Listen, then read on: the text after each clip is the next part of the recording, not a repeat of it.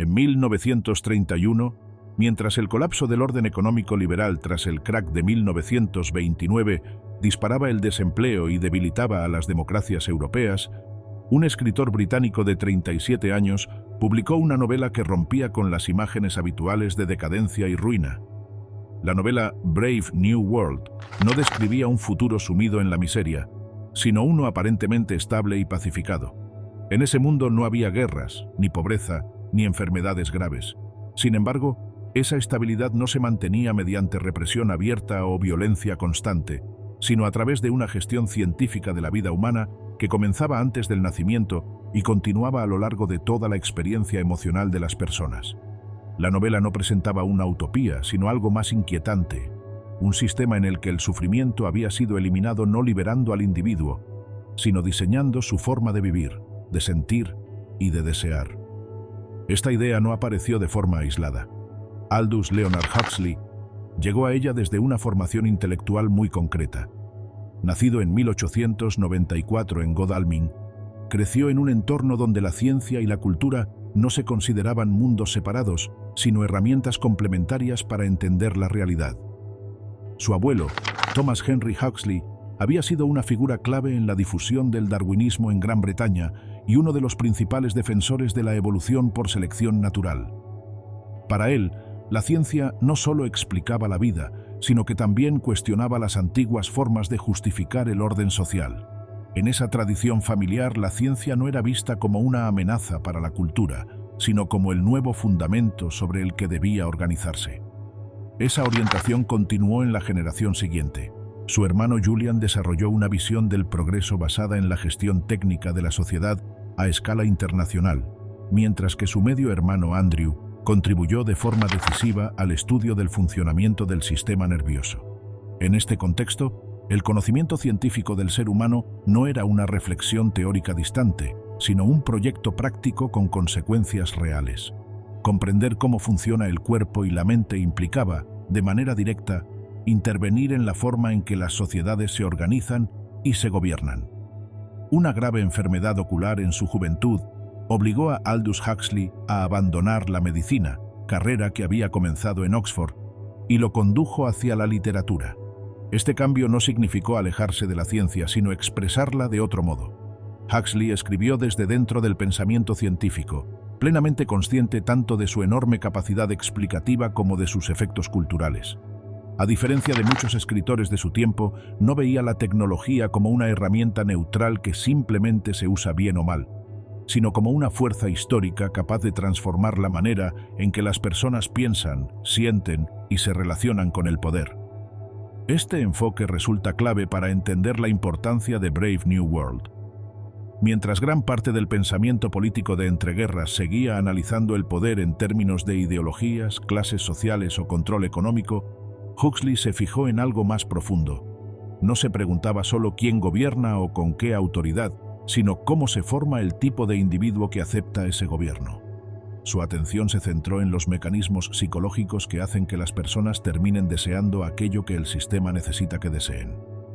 El problema del poder dejaba de ser únicamente externo y pasaba a situarse en el interior de la experiencia humana.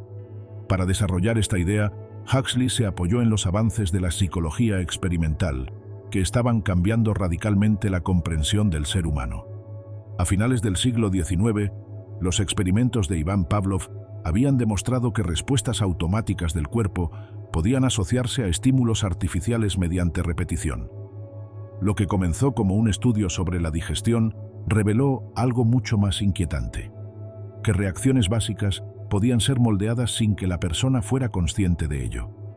El comportamiento ya no parecía depender solo de decisiones racionales, sino de asociaciones aprendidas de forma casi mecánica. El conductismo estadounidense llevó esta idea aún más lejos. En 1913, John B. Watson afirmó que la conducta humana podía explicarse y controlarse sin recurrir a pensamientos, emociones o intenciones internas. En esta visión, lo importante no era lo que una persona creía o sentía, sino el entorno que la rodeaba. Si se controlaban los estímulos y las recompensas, se podía guiar el comportamiento.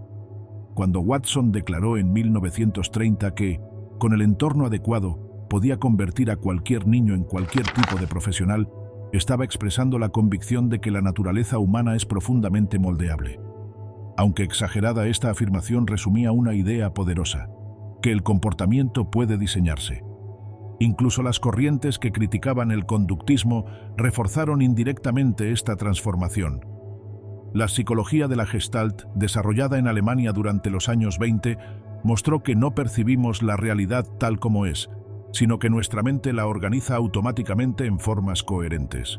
La experiencia consciente no surgía como un acto plenamente voluntario, sino como el resultado de procesos que operan antes de que podamos intervenir en ellos. En conjunto, estas investigaciones fueron debilitando la imagen tradicional del individuo como un ser plenamente autónomo, capaz de decidir siempre de manera racional y libre. El ser humano empezaba a entenderse como alguien profundamente influido por su entorno, su educación y los estímulos que lo rodean.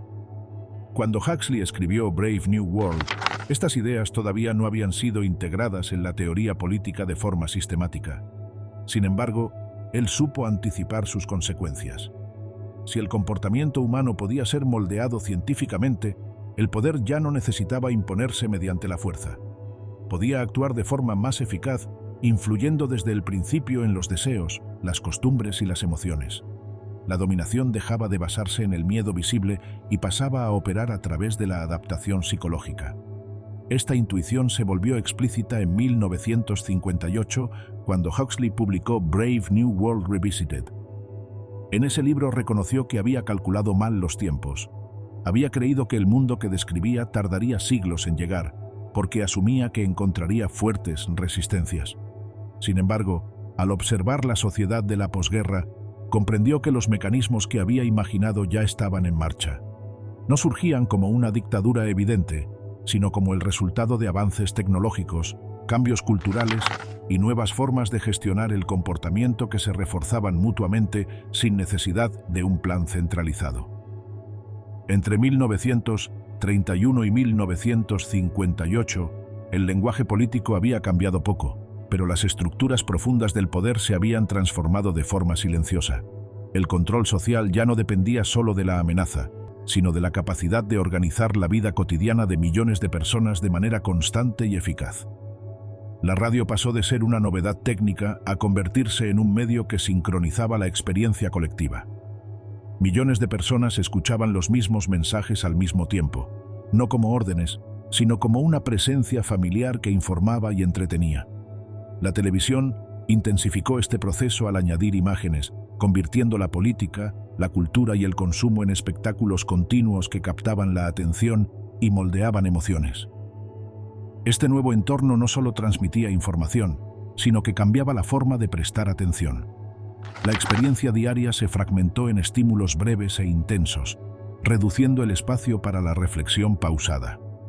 A la vez, los avances en psicofarmacología ofrecieron una herramienta inédita: la posibilidad de reducir el malestar emocional mediante fármacos. La ansiedad y la insatisfacción dejaron de interpretarse como señales de un problema social y pasaron a verse como trastornos individuales tratables. El sufrimiento podía ser calmado sin necesidad de comprender sus causas. Huxley entendió que una sociedad capaz de neutralizar químicamente la angustia también reduce la posibilidad de que esa angustia se convierta en crítica o resistencia. De forma paralela, la publicidad y la propaganda alcanzaron un nivel de sofisticación sin precedentes. Dejaron de apelar solo a la razón y comenzaron a dirigirse directamente a deseos y miedos profundos. El consumo se transformó en un lenguaje emocional que ofrecía identidad y pertenencia. La libertad de elección no desapareció, pero cambió de significado. Elegir ya no implicaba reflexión, sino responder a estímulos cuidadosamente diseñados. Todo este conjunto de cambios llevó a Huxley a una conclusión que superaba las categorías políticas tradicionales. El problema del poder moderno ya no podía entenderse solo como una lucha entre opresión y libertad. El nuevo poder funcionaba porque era psicológicamente eficaz. A diferencia de los sistemas basados en el castigo, que generan resistencia y requieren vigilancia constante, este modelo producía satisfacción para evitar el conflicto. No obligaba, sino que acomodaba. No reprimía deseos, sino que los creaba y los satisfacía. Este desplazamiento transformaba también el significado de la libertad.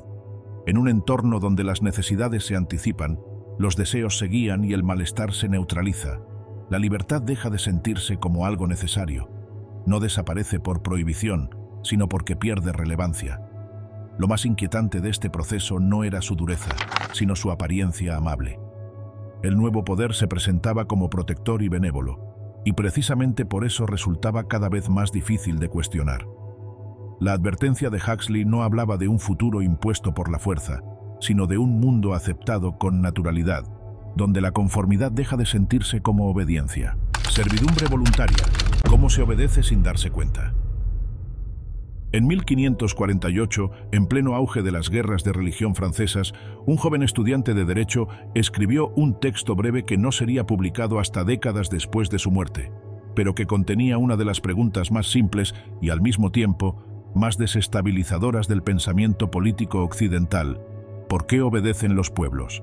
Étienne de la Boétie no había cumplido aún los 20 años cuando redactó su discurso de la servidumbre voluntaria, y sin embargo formuló un problema que la teoría política había evitado cuidadosamente. Desde la antigüedad hasta el Renacimiento, el poder se había explicado casi siempre como resultado de la fuerza, de los ejércitos, de la capacidad de castigar y de imponer la obediencia por medios materiales. La Boétie introdujo una fisura en esa explicación aparentemente evidente. Su razonamiento era directo y, precisamente por eso, difícil de neutralizar. El tirano, señalaba, no dispone de ejércitos propios en sentido estricto, depende de soldados que aceptan obedecerle. No posee fortalezas por sí mismo, sino que cuenta con personas que deciden construirlas. No produce riqueza, sino que se sostiene gracias al trabajo de quienes producen para él. Si todos dejaran de colaborar al mismo tiempo, el poder se disolvería sin necesidad de violencia ni enfrentamiento armado. El tirano quedaría reducido a su fragilidad individual, un solo cuerpo frente a una multitud. Y sin embargo, ese abandono colectivo no ocurre. La obediencia persiste, no porque sea impuesta de manera constante por la fuerza, sino porque es aceptada, sostenida y reproducida por quienes la padecen.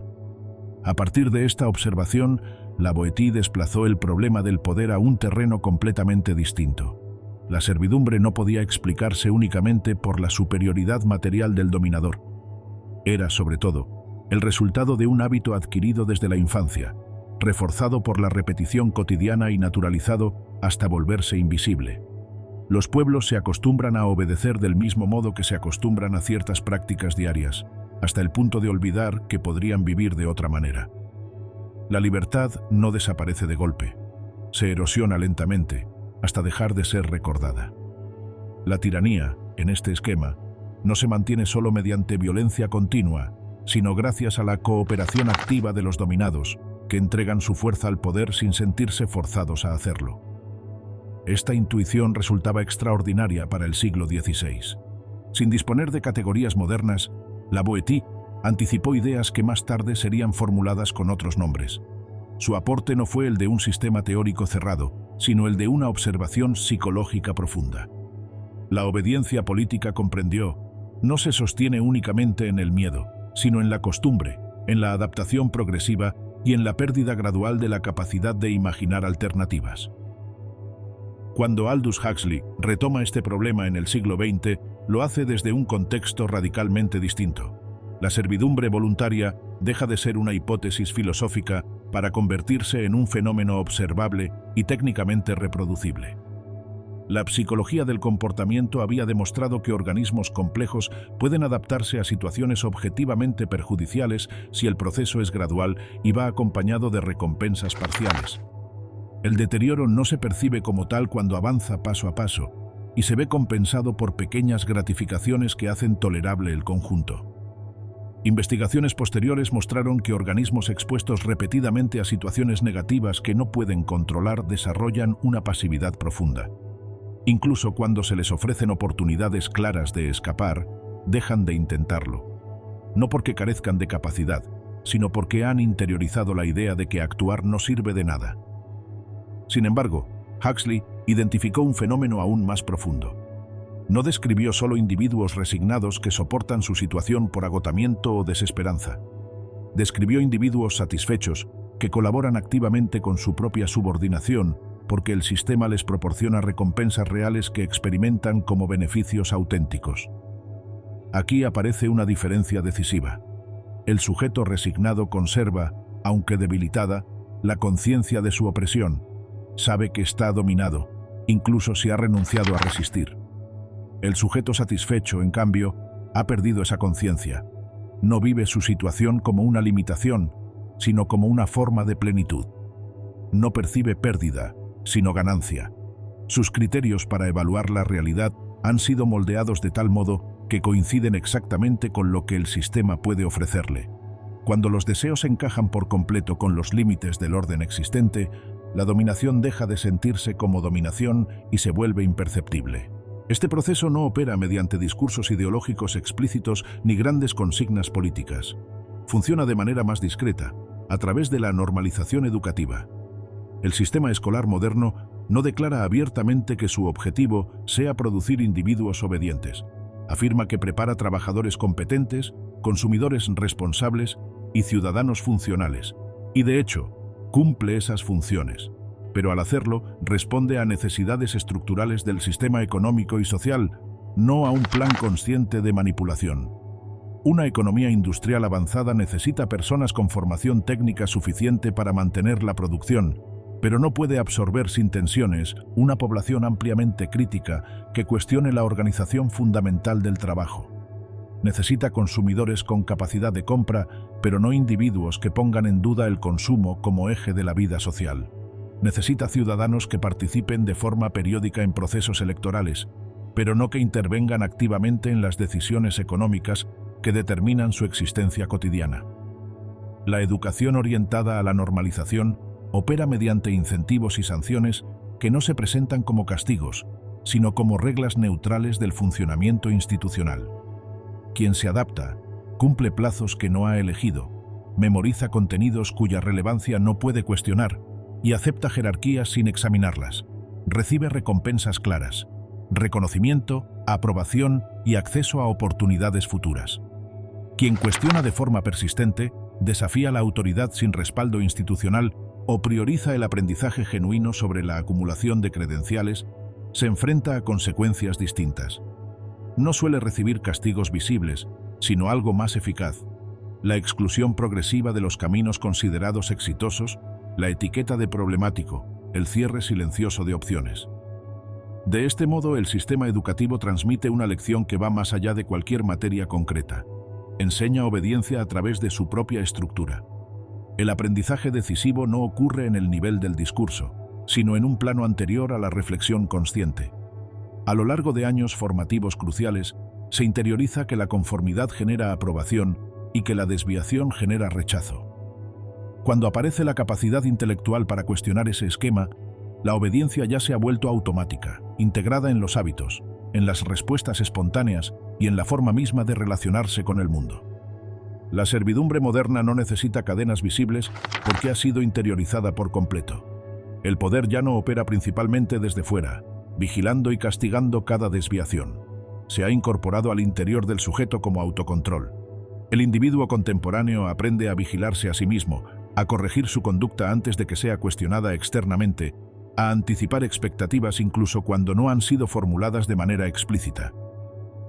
Este mecanismo de autodisciplina resulta mucho más eficaz que cualquier sistema de vigilancia externa, porque funciona de manera constante, no requiere supervisión directa y no genera la resistencia que suele provocar la imposición visible de normas. El control se vuelve silencioso, automático y continuo. Este proceso da lugar a una transformación profunda en la relación entre el individuo y la autoridad. La obediencia deja de sentirse como algo impuesto y pasa a vivirse como una expresión natural del propio carácter. Las normas ya no se experimentan como órdenes ajenas, sino como criterios personales de conducta. El sujeto cree actuar por iniciativa propia cuando, en realidad, está siguiendo patrones que han sido instalados a lo largo de años de socialización. La autoridad ya no necesita recordarse constantemente porque ha sido incorporada como parte de la identidad. El control se ejerce sin fricción precisamente porque no se percibe como control. Esta interiorización se manifiesta con especial claridad en la relación con la libertad. Ser libre En un sentido profundo y no solo formal, implica enfrentarse a decisiones sin garantías, asumir riesgos reales y aceptar la posibilidad constante del error. La libertad auténtica exige pensar, evaluar opciones inciertas y hacerse responsable de las consecuencias. Esta condición genera una carga psicológica considerable, porque implica vivir sin certezas prefabricadas y sin caminos previamente trazados. No todos los individuos están dispuestos ni preparados para sostener ese nivel de responsabilidad de forma permanente. El sistema moderno ofrece una alternativa que resulta psicológicamente atractiva. A cambio de renunciar a una libertad efectiva, proporciona seguridad, previsibilidad y reducción de la ansiedad. Ofrece trayectorias ya diseñadas, opciones previamente seleccionadas y respuestas listas para ser adoptadas. Indica qué estudiar para acceder al empleo, qué consumir para sentirse integrado, cómo organizar el tiempo y qué aspiraciones son consideradas razonables. Dentro de ese marco, la vida puede desarrollarse de manera estable y previsible. Para muchos individuos, este intercambio no se vive como una pérdida, sino como un alivio. La certeza resulta preferible a la incertidumbre y la adaptación parece más deseable que el riesgo constante de decidir sin garantías. Esta dinámica se sostiene gracias a una ilusión muy eficaz: la sensación permanente de estar eligiendo. La vida cotidiana aparece como una sucesión continua de decisiones. Se elige una carrera entre las disponibles, un empleo entre las ofertas del mercado, una vivienda dentro de lo que permite el ingreso, productos entre una amplia gama de opciones, formas de ocio entre alternativas cuidadosamente diseñadas. Esta actividad electiva constante genera una fuerte sensación subjetiva de autonomía. El individuo se percibe como agente activo de su propia vida, alguien que decide y controla su destino. Lo que queda oculto es el marco en el que esas decisiones tienen lugar. Las opciones entre las que se elige no han sido definidas por el individuo. Han sido establecidas por estructuras económicas, institucionales y culturales que operan fuera de su alcance. La libertad es real dentro de esos límites, pero los límites mismos no están sujetos a elección.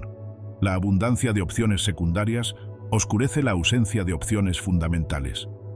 Mientras la atención se concentra en decidir entre variantes del mismo tipo de producto o trayectoria, desaparece la pregunta por qué ese campo de posibilidades está organizado de ese modo y no de otro.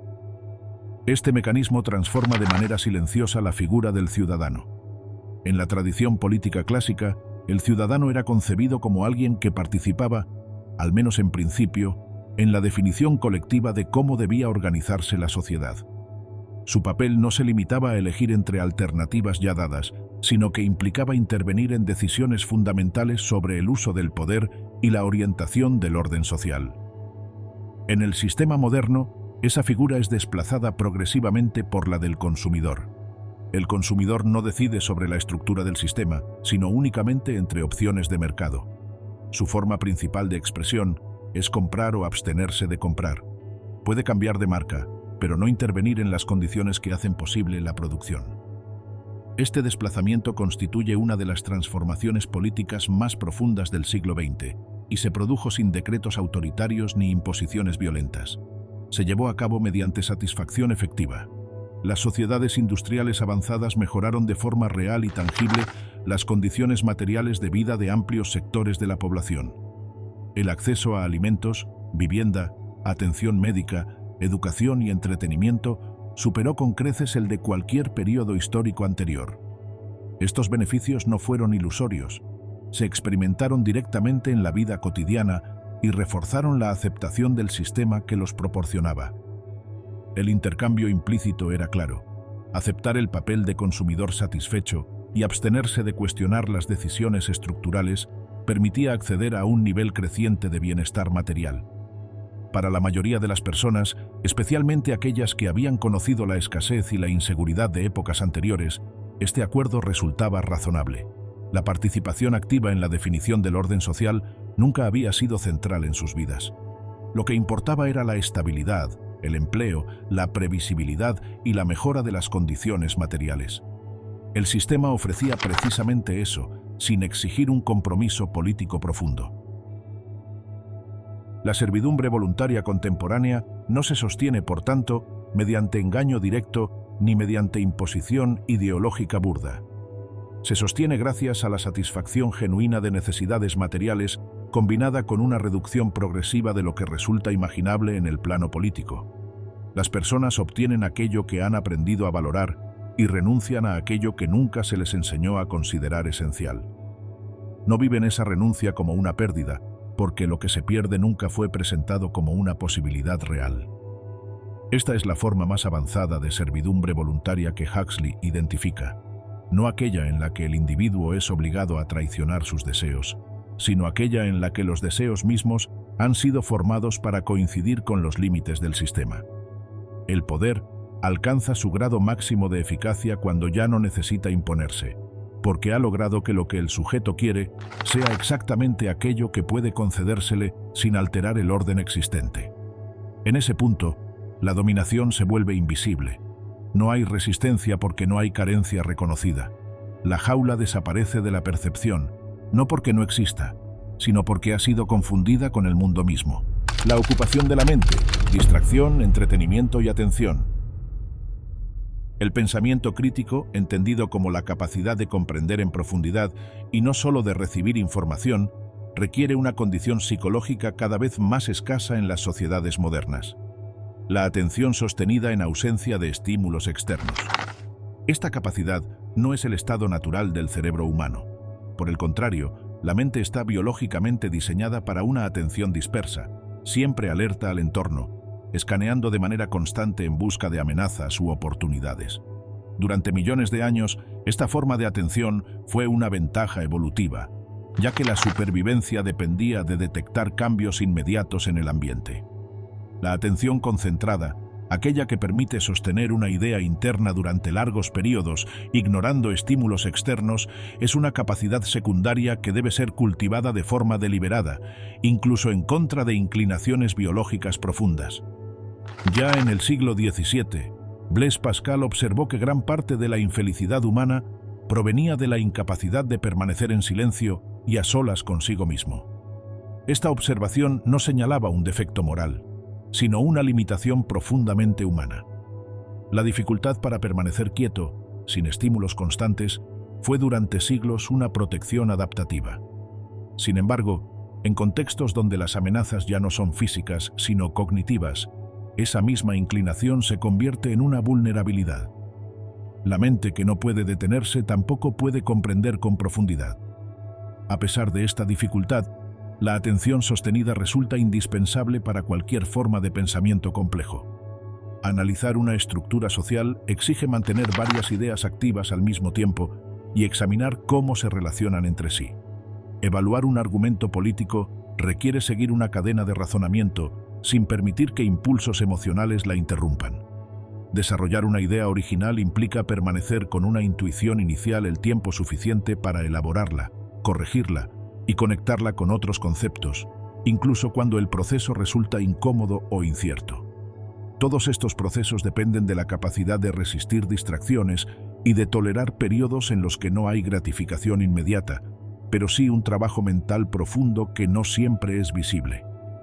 A partir de esta constatación, Huxley identifica el control de la atención como uno de los mecanismos políticos más eficaces de las sociedades modernas, más efectivo incluso que la censura tradicional. Controlar la atención no significa prohibir ideas, lo cual suele generar resistencia y convertir lo prohibido en objeto de deseo. Significa algo más sutil, ocupar por completo el espacio mental disponible. Cuando la atención de una población está absorbida de forma constante por entretenimiento continuo, noticias fragmentadas, estímulos comerciales y comunicación ininterrumpida, simplemente no quedan recursos mentales para pensar con profundidad sobre la propia situación social. El problema ya no es el acceso a la información, sino la imposibilidad de procesarla de manera significativa. Esta forma de control resulta especialmente eficaz porque no produce conflicto abierto. La censura por saturación supera a la censura por prohibición porque no genera mártires ni oposición organizada. Cuando todo está disponible, nadie puede acusar al sistema de ocultar información. Sin embargo, el volumen de contenidos es tan abrumador que supera con creces la capacidad humana de asimilación. El resultado no es comprensión, sino confusión. La mente se ve inundada por datos inconexos que generan ruido cognitivo, y dificultan la formación de un juicio coherente. Este proceso se desarrolló de manera gradual a lo largo del siglo XX, a medida que los medios de comunicación masiva ampliaron su alcance y su presencia en la vida cotidiana. En 1931, cuando Huxley escribió Brave New World, la mayoría de las personas vivían en entornos informativos relativamente austeros. Las noticias llegaban una vez al día, a través del periódico o de emisiones de radio limitadas en el tiempo. El entretenimiento ocupaba momentos concretos, separados por largos periodos sin estímulos estructurados. El silencio y el aburrimiento formaban parte normal de la experiencia diaria. Esa escasez informativa generaba, casi de manera involuntaria, espacios para la reflexión. Cuando no había estímulos externos que procesar, la mente se veía obligada a producir su propio contenido. Recordaba experiencias pasadas, imaginaba escenarios futuros, establecía conexiones entre ideas que la actividad constante suele mantener separadas. El aburrimiento, lejos de ser un enemigo, funcionaba como una antesala del pensamiento. Para 1958, el paisaje mediático había cambiado de forma radical. La televisión se había convertido en el medio dominante en los hogares estadounidenses, con una presencia diaria prolongada. La radio ofrecía programación continua que acompañaba el trabajo, el transporte y las tareas domésticas. Los periódicos se multiplicaban y se especializaban.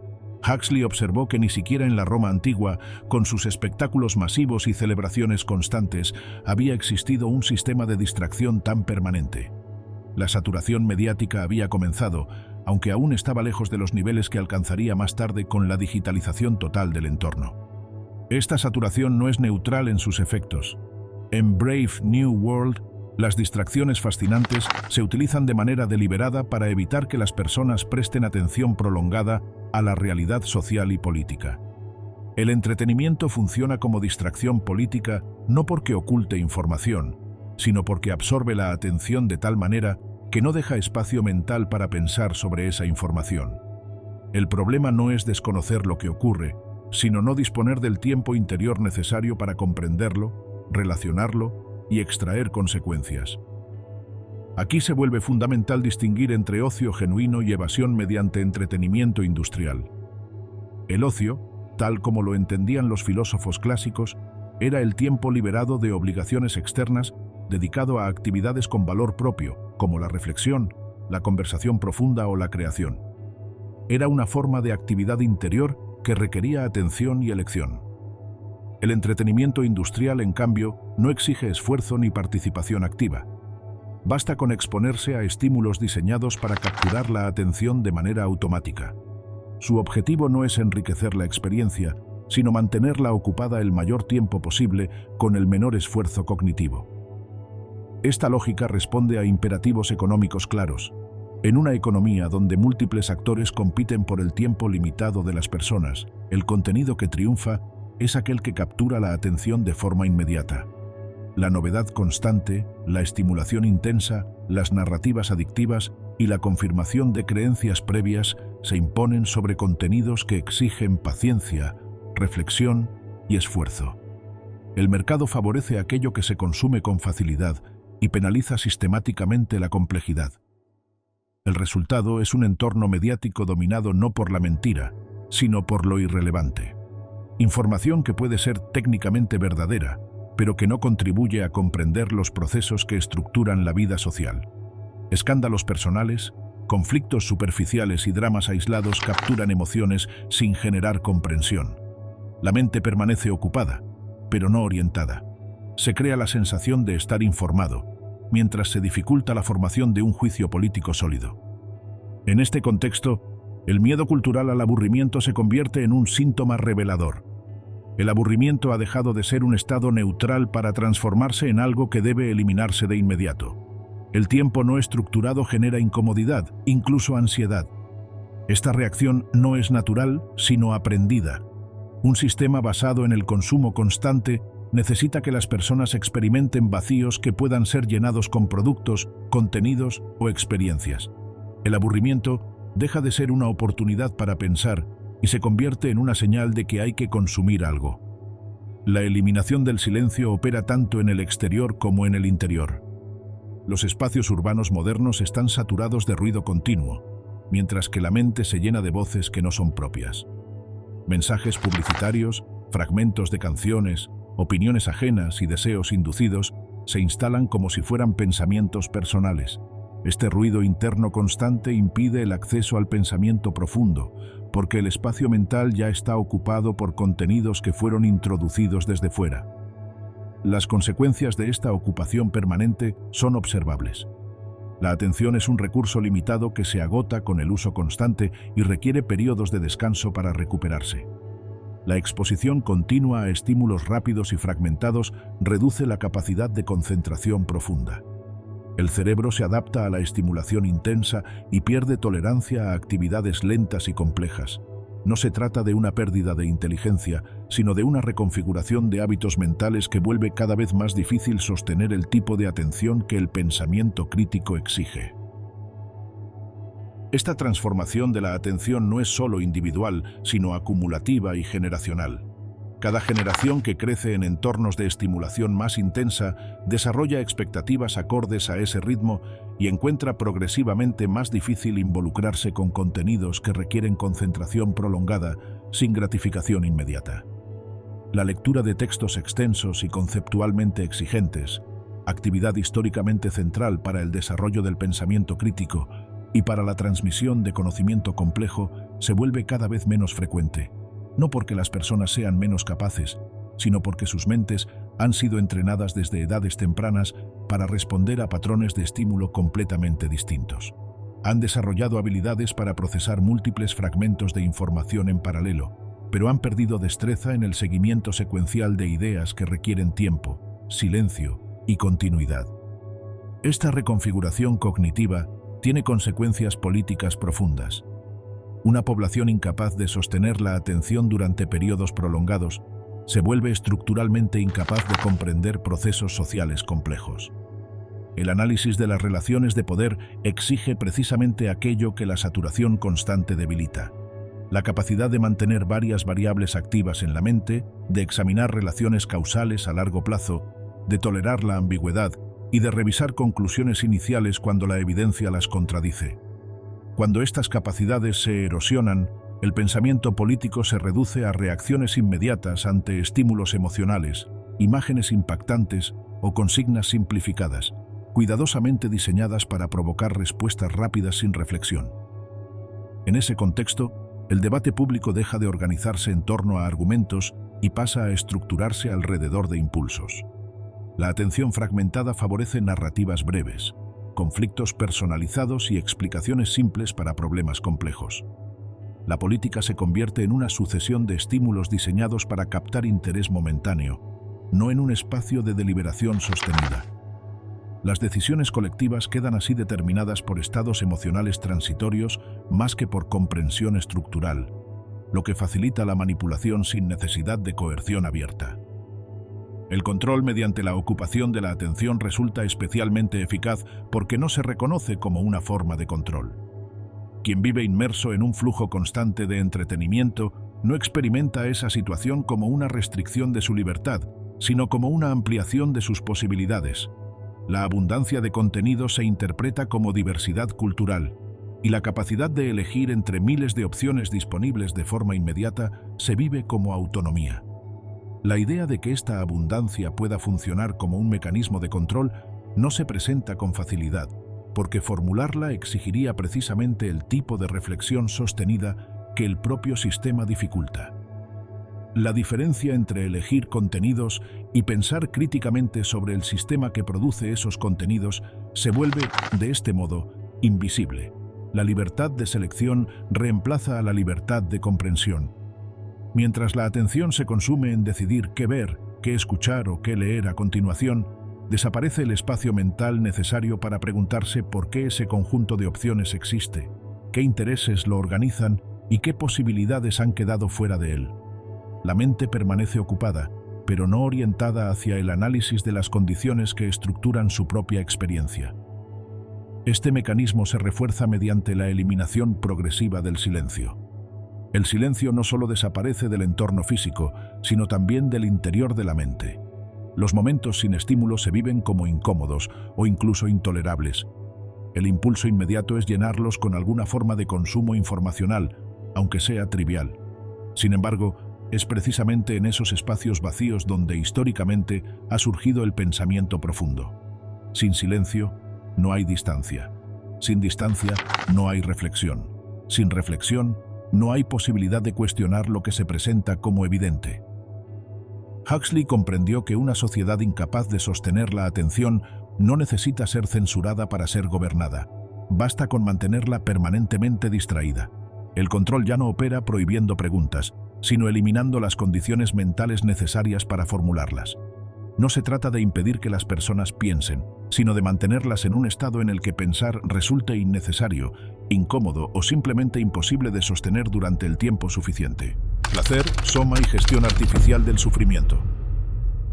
El soma de Brave New World condensa en una sustancia ficticia el principio político central que Huxley identifica como característico del poder moderno: la eliminación del sufrimiento sin transformar las condiciones que lo producen. En la novela, el soma es una droga perfecta.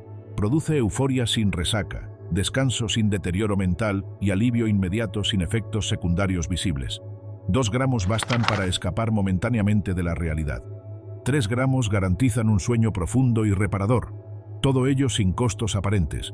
El soma representa así la solución técnica definitiva al problema del sufrimiento humano. No comprenderlo, no afrontarlo, no modificar sus causas, sino suprimirlo químicamente.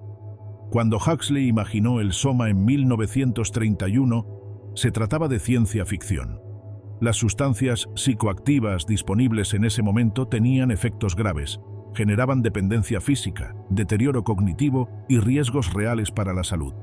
Sin embargo, en 1958, cuando publica Brave New World Revisited, el soma ya no es una fantasía absoluta. La industria farmacéutica había desarrollado tranquilizantes modernos que, sin alcanzar la perfección literaria del soma, cumplían una función similar: reducir el malestar emocional sin necesidad de cambiar las circunstancias de vida que lo generaban. El meprovamato, comercializado a partir de 1955, fue uno de los primeros ejemplos. Permitía disminuir la ansiedad sin sedar por completo, haciendo posible seguir trabajando y funcionando mientras el malestar quedaba amortiguado. Para finales de los años 50, las prescripciones de tranquilizantes en Estados Unidos alcanzaban cifras masivas, con millones de recetas renovadas de forma continua. No se trataba tanto de una adicción química clásica como de una dependencia estructural, la necesidad constante de una solución que no resolvía el problema de fondo, pero hacía soportable aquello que sin ella resultaba difícil de tolerar. Esta expansión del uso de fármacos reflejaba un cambio cultural profundo en la forma de entender el sufrimiento. Durante siglos, el dolor emocional había sido considerado parte inevitable de la condición humana.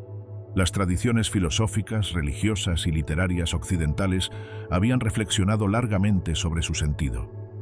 El sufrimiento podía ser una experiencia dura, pero también una fuente de aprendizaje, de transformación personal o de cuestionamiento social. No todo sufrimiento era valioso, pero tampoco se entendía como algo que debiera ser eliminado de manera inmediata y automática. La cultura del soma invierte por completo esta lógica. Toda forma de malestar pasa a definirse como un problema técnico que debe ser corregido cuanto antes. Tristeza, ansiedad, insomnio o inquietud se convierten en síntomas médicos que exigen tratamiento. La pregunta por el significado de lo que se siente es sustituida por la búsqueda de una sustancia que lo haga desaparecer. En este proceso, el sistema médico-farmacéutico no actúa por conspiración, sino por coherencia interna. Los médicos están formados para identificar síntomas y aliviarlos. Los pacientes demandan soluciones rápidas que les permitan seguir funcionando. La industria responde desarrollando productos que satisfacen esa demanda. El resultado es una medicalización progresiva del malestar existencial. Aquello que antes podía ser una pregunta sobre el sentido de la vida, sobre las condiciones de trabajo o sobre la forma de organización social, se redefine como un desequilibrio químico individual que debe corregirse. Huxley señala la implicación política decisiva de este cambio. Si el sufrimiento se entiende como un problema bioquímico localizado en el individuo, Las condiciones sociales que lo producen quedan fuera de discusión. Millones de personas pueden experimentar depresión o ansiedad en sociedades altamente desarrolladas sin que se cuestione qué aspectos de esas sociedades generan tal malestar. El problema se sitúa en el cerebro del individuo, no en la estructura que organiza su vida. El trabajador que encuentra su empleo degradante no necesita transformar la organización del trabajo, necesita medicación que le permita soportarla. La persona que vive en un entorno urbano hostil no necesita cambiar ese entorno, necesita reducir su respuesta emocional al estrés. La estructura permanece intacta. Lo único que se modifica es la capacidad subjetiva de percibir el daño que sigue produciéndose de forma objetiva. Más allá de esto, Huxley identifica un punto aún más profundo: la negación de un sufrimiento que podría ser legítimo y revelador. No todo dolor es patológico. Existen formas de sufrimiento que son respuestas adecuadas a situaciones reales. Sentir vacío ante una vida carente de sentido no es necesariamente una enfermedad, sino un reconocimiento honesto de la propia situación. Experimentar conflicto interno cuando se vive en condiciones que contradicen los propios valores no es una disfunción, sino una señal de que la conciencia sigue activa. Este tipo de sufrimiento funciona como información. Indica que algo está mal y que requiere un cambio que no puede ser químico, sino vital o estructural. Eliminar ese malestar sin atender a su causa equivale a desconectar una alarma porque su sonido resulta molesto. El ruido desaparece, pero el incendio continúa, ahora sin señal de advertencia. La cultura contemporánea refuerza esta lógica mediante una exigencia constante de bienestar. La tristeza se vuelve socialmente inaceptable. Se espera que las personas estén bien, sean positivas y mantengan una actitud agradable. Cuando alguien no puede sostener esa fachada, se interpreta como un fallo personal que debe corregirse.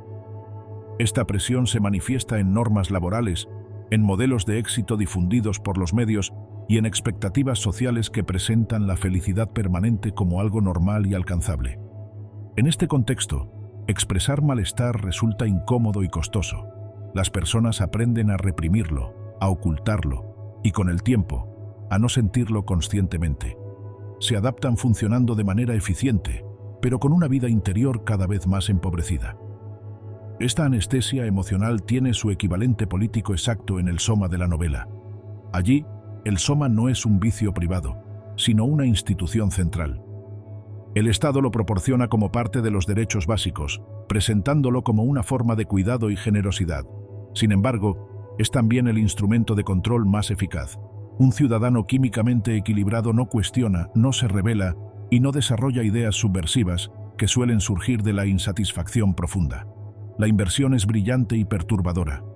El poder tradicional producía obediencia infligiendo sufrimiento.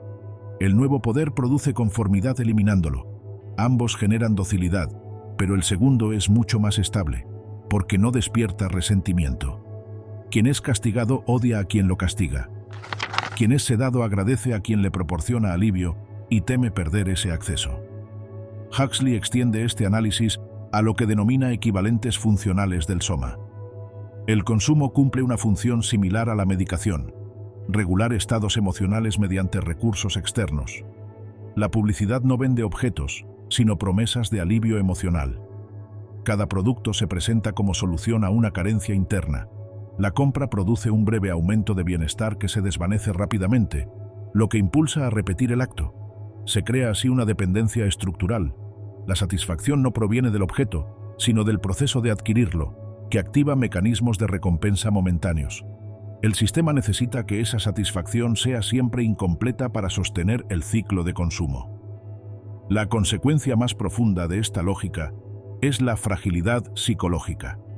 Las sociedades modernas tienden a producir individuos con baja tolerancia a la incomodidad. Desde edades tempranas se les enseña a evitar cualquier forma de malestar y a buscar alivio inmediato. No aprenden a procesar frustración ni a extraer significado del sufrimiento. El resultado es una forma de infantilización emocional. Personas adultas en lo técnico, pero dependientes en lo afectivo, necesitan apoyo externo constante para mantenerse estables. Evitan desafíos, huyen del riesgo y buscan entornos donde nada perturbador ocurra. Esta fragilidad no es un defecto individual, sino el resultado lógico de una cultura que ha convertido la eliminación del dolor en su valor supremo. Y esta fragilidad tiene una dimensión política directa. Una población que no puede tolerar incomodidad difícilmente puede sostener resistencia prolongada. Los proyectos colectivos que exigen sacrificio, paciencia y esfuerzo resultan inasumibles. Quien depende de fuentes externas para regular su equilibrio emocional queda expuesto al control de quien administra esas fuentes. La capacidad de sostener estabilidad interna sin recurrir constantemente a anestesia, química o simbólica es una condición básica de la autonomía real. Precisamente por eso, el sistema de control mediante placer trabaja de manera constante para impedir su desarrollo. El resultado humano, el último hombre y la pérdida de la libertad. En 1883, Friedrich Nietzsche publicó la primera parte de Así habló Zaratustra, obra en la que introdujo una de las figuras más inquietantes de la filosofía moderna, el último hombre. En el relato, Zaratustra desciende de su retiro en la montaña para anunciar la muerte de Dios, es decir, la desaparición de los fundamentos absolutos que durante siglos habían sostenido la moral, el sentido y la jerarquía de valores en Occidente. Sin embargo, Nietzsche advierte de inmediato que la humanidad enfrenta un peligro aún mayor que el nihilismo abierto. El verdadero riesgo no es el vacío, sino la tentación de llenarlo con una forma de vida completamente desprovista de grandeza, riesgo y trascendencia. El último hombre no es el ideal al que Nietzsche aspira, sino su negación radical. Es el resultado más probable de un mundo que ha perdido toda referencia superior y ha decidido sustituirla por comodidad. Este tipo humano ha renunciado a todo aquello que exige esfuerzo, sacrificio o coraje. No busca metas que lo superen, no se orienta hacia nada que pueda costarle dolor o fracaso. Su único objetivo es vivir de manera confortable el mayor tiempo posible. Hemos inventado la felicidad, declara satisfecho, y parpadea. Ese gesto mínimo, aparentemente insignificante, condensa toda la crítica. El último hombre no sostiene la mirada. No puede confrontar nada que exija intensidad o compromiso profundo. Vive protegido de toda incomodidad, rodeado de instituciones que garantizan previsibilidad total, reducido a una existencia segura, decorada con placeres pequeños pero sin un propósito que valga la pena arriesgar. No experimenta esta condición como una pérdida. Al contrario, está profundamente satisfecho.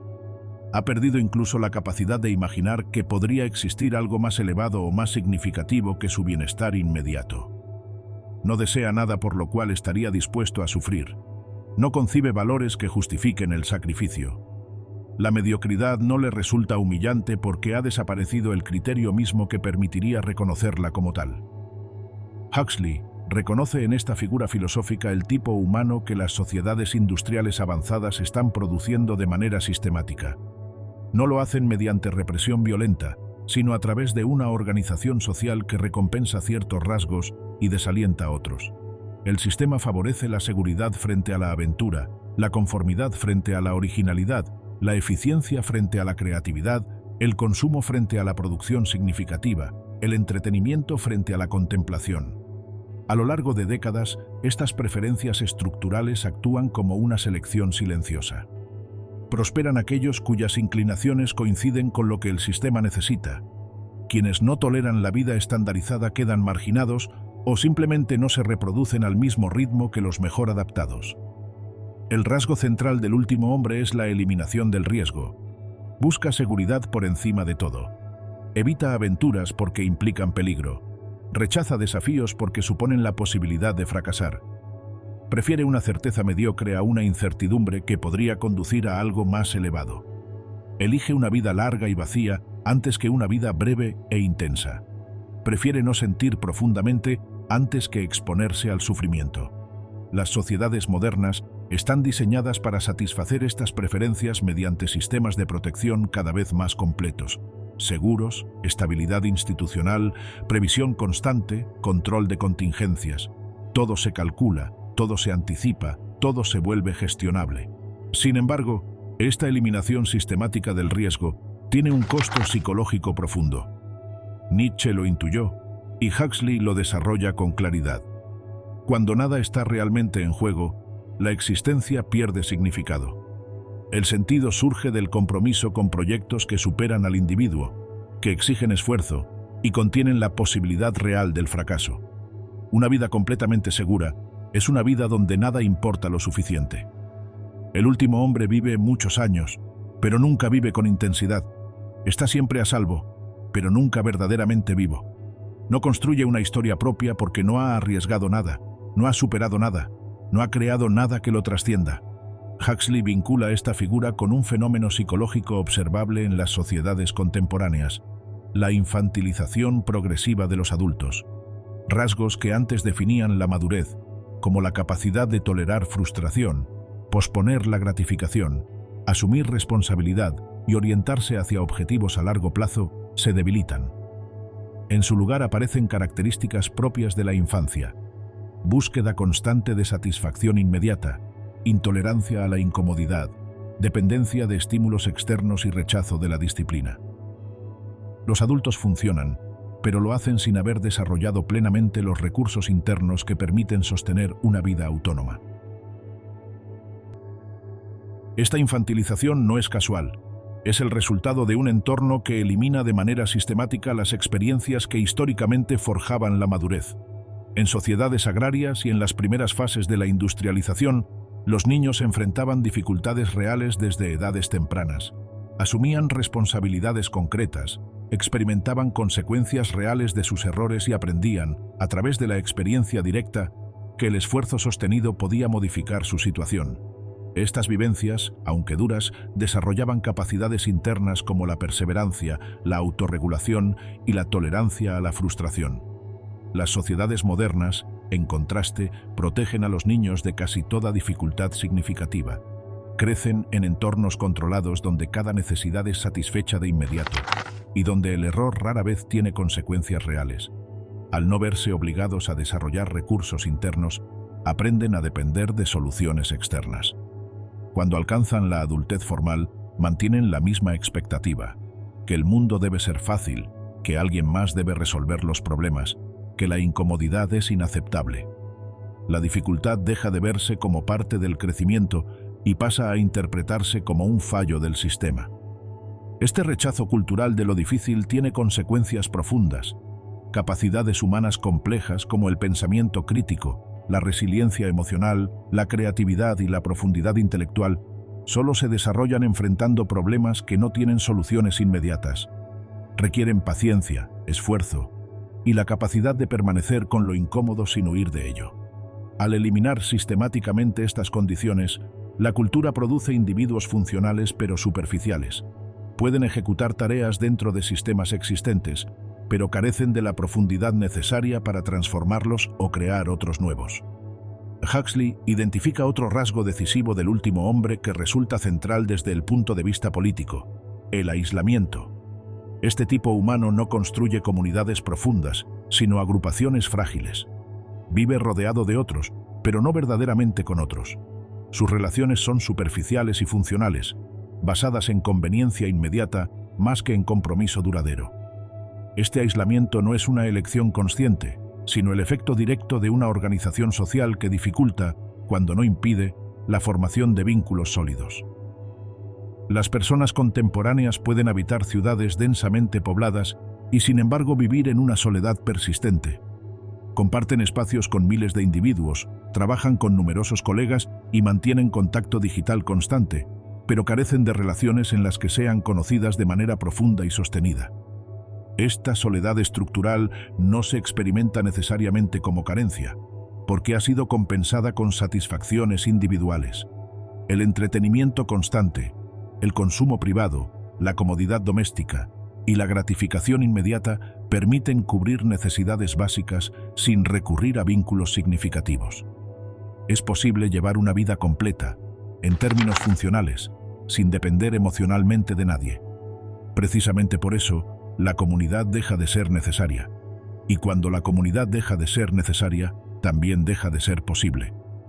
Esta fragmentación social cumple una función política clara. Individuos aislados no se organizan, no desarrollan proyectos comunes ni generan conciencia colectiva.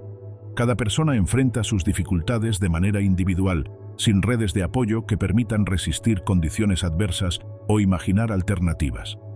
La comunidad, cuando existe, no solo proporciona ayuda material, sino también horizontes distintos de sentido.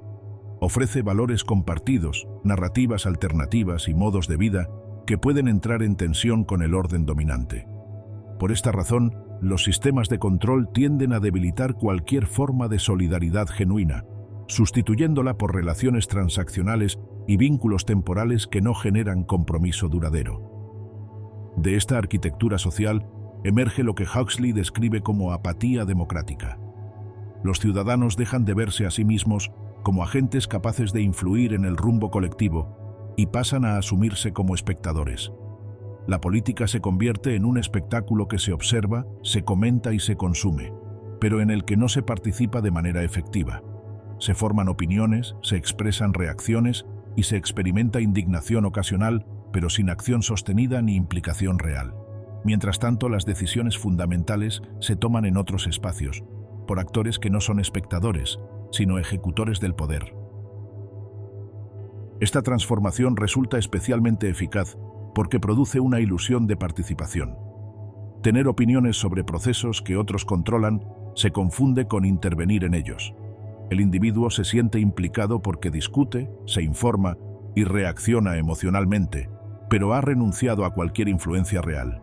La figura del espectador satisfecho representa uno de los mayores logros del control moderno, una población que observa sin gobernar y que acepta esa posición como normal.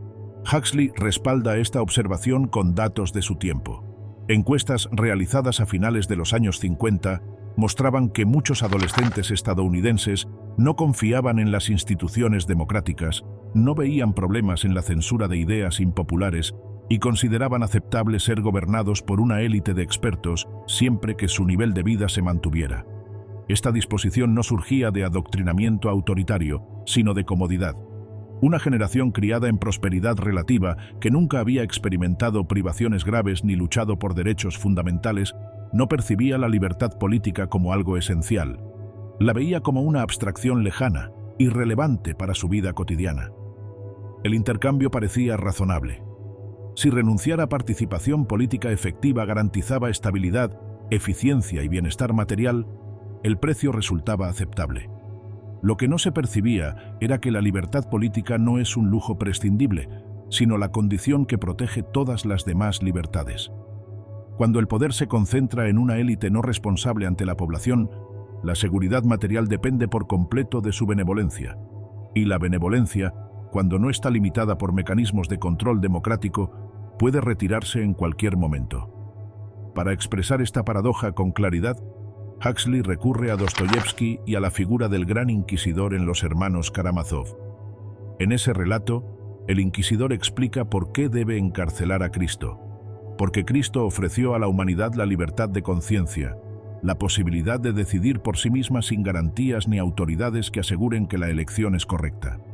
Según el inquisidor, esa libertad resulta insoportable para la mayoría.